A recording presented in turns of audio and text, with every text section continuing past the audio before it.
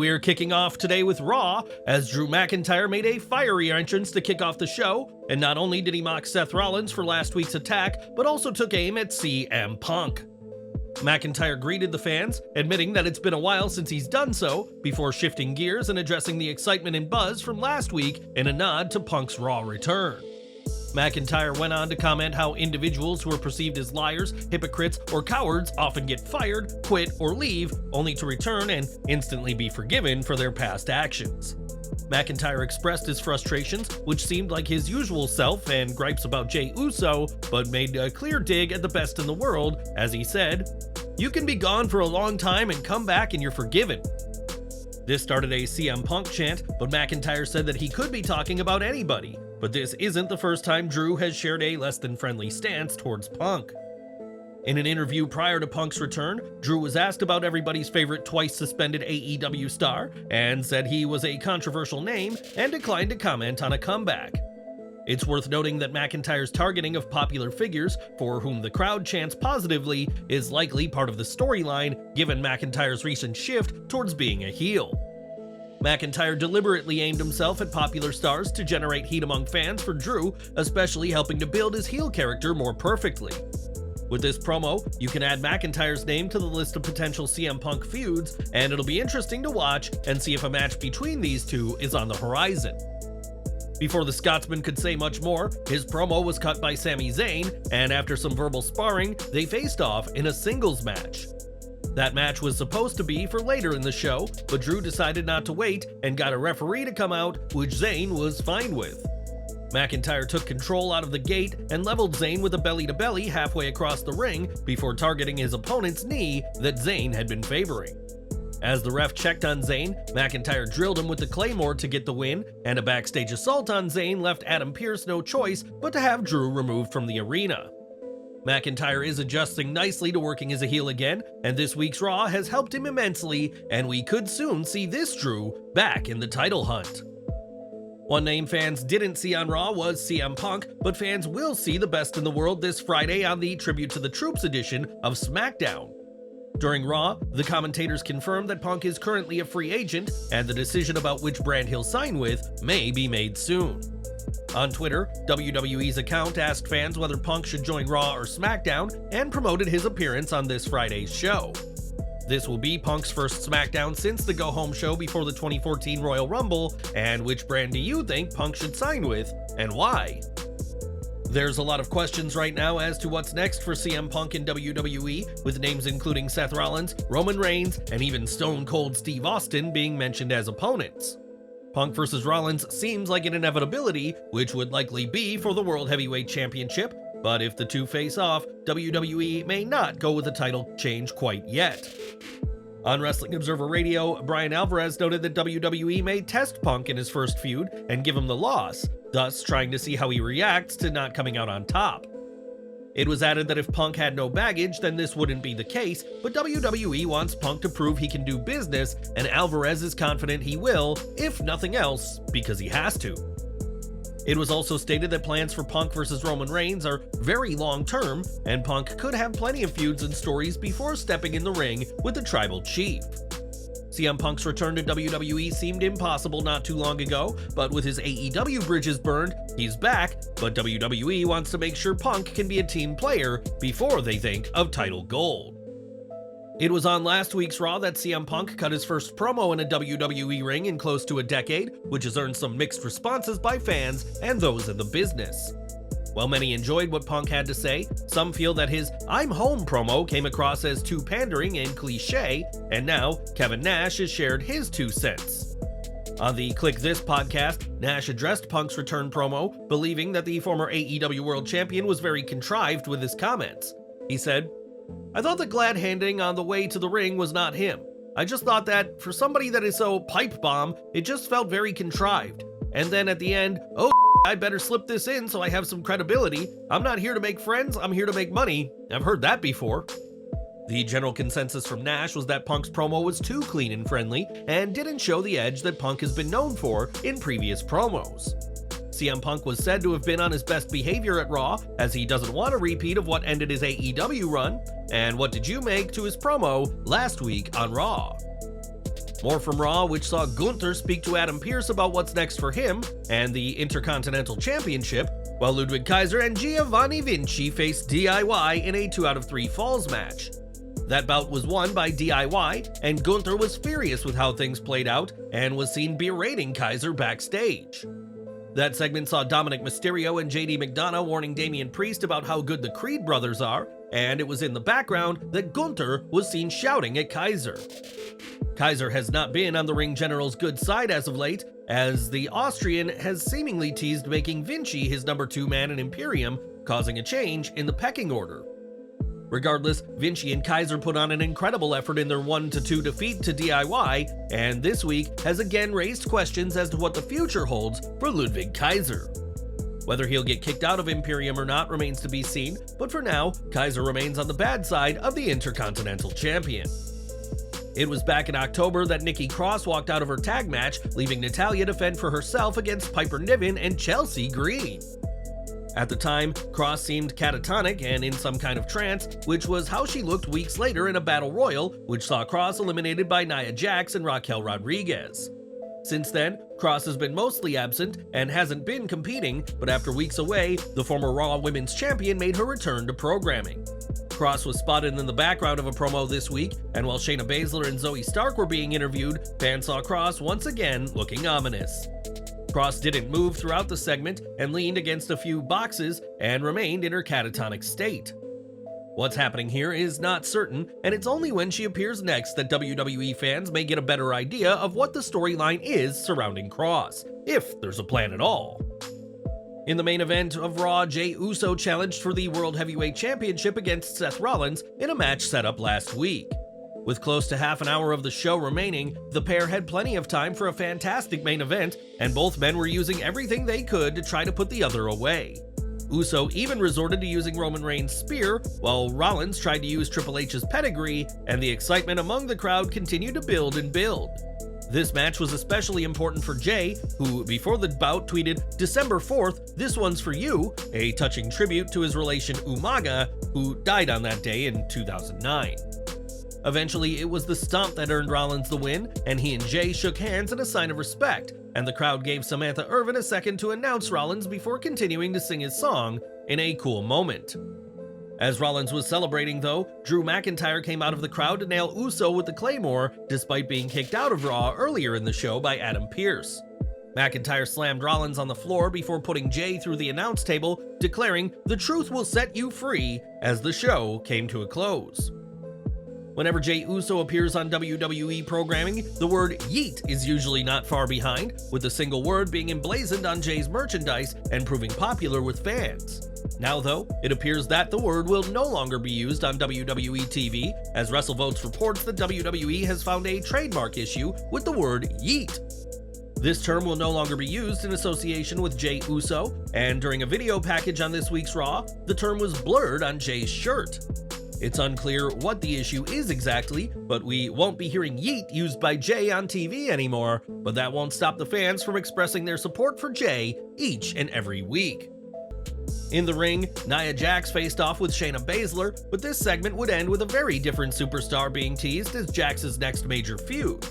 The Irresistible Force used her size and power advantage to ground the former MMA fighter at first, but Baszler occasionally found a way to use her striking ability to fire back. There was a scary moment when Jax landed right on Baszler's head after the Queen of Spades hit a German suplex off the ropes, and Baszler was clearly dazed by what happened. Despite this situation, Baszler was able to recover and the match continued, and Jax got the win over her former tag team partner after hitting her finisher. Her celebration was short-lived due to Becky Lynch coming out to the ring, and Jax chose to retreat instead of face the man, but it's clear that a feud has been teased. We know that these two will face off in the coming weeks, but now the big question is, why is this feud happening, and could it be a number one contenders feud in all but name? At Survivor Series War Games, Rhea Ripley defended her Women's World Championship dominantly against Zoe Stark and has beaten almost every woman on Raw apart from Lynch and Jax. While Ripley holds wins over Jax, they haven't come in singles competition, and whoever wins the Becky Lynch-Nia Jax feud could soon be sharing the ring with the WWE Women's World Champion. Since 2017, Valentina Loca has made her name in the world of wrestling, competing in various promotions like Glory Pro, Rise, and Shimmer, but now her career has come to an early end. Taking to Instagram, Loca shared an x-ray of her neck compared to a normal neck and explained that doctors have advised her to cease any in-ring activity. She said, "My time in wrestling has come to a close. The writing on the wall has been there for a while, but today it was made definite. First picture is your girl's neck, and the next picture swiping to the side being what a normal neck for someone my age should look like. With concurrent injuries piling up, as is the nature of the beast, doctors have advised me to cease any in-ring activity in hopes of giving myself a shot at some kind of quality of life going forward." Loca's retirement has come very abruptly, as she was wrestling just a few weeks ago, with her final match being on October 28th when she emerged victorious in a tag team match for SCW Pro. Loca held many titles in her career, including holding the Central Empire Wrestling Ladies Championship for 623 days, which was a record-long reign at the time. In the comments of her post, Loca received a ton of heartfelt messages of support, and we'd like to wish her the very best in whatever's next for her now that her in-ring career is finished. In the short amount of time on the main roster, Grayson Waller has established himself as one of the most loathsome heels on SmackDown, which comes after an impressive run in NXT. Waller is yet to hold gold in WWE, but expectations are high for the Australian heel. But recently, things went too far at a WWE live event. During the event in Newark, Delaware, a fan jumped the rails and tried to attack Waller after Waller cut a promo on the fan, but security immediately stepped in before Waller could be harmed. The fan was then dumped back over the barricade before he was ejected from the building, and Waller and Austin Theory would have their tag team match without any issue. On Twitter after the show, Waller commented on footage of the incident, saying that this is what happens when idiot Americans try to get in a battle of wits with an Aussie. It's a relief that no harm came to Grayson Waller, but it truly goes to show that he has the natural heel ability to get under people's skin no matter what, which is now a double-edged sword. With Roman Reigns not expected to compete again this year, it's expected that his next match will be at the Royal Rumble in January 2024, but the question now is, who will he face? Since his reign began at Payback on August 30th, 2020, Reigns has defeated practically every big name in WWE there is, leaving the company with only a handful of options for next month's event. On Wrestling Observer Radio, Brian Alvarez said that Randy Orton is being considered WWE's strongest option, as other options seem to be preoccupied with other storylines. While Reigns vs. CM Punk is a plan, it was said that the Rumble would be far too soon, and the plan is for Seth Rollins to be Punk's first major feud of the new year. Kevin Owens is a possibility, but it's believed that Owens will be feuding with Logan Paul soon enough, presumably by winning the US title Contenders tournament. Since returning, Orton has made it clear he's coming for every member of the Bloodline, and if the Viper is a man of his word, expect a match with Reigns, possibly as soon as next month.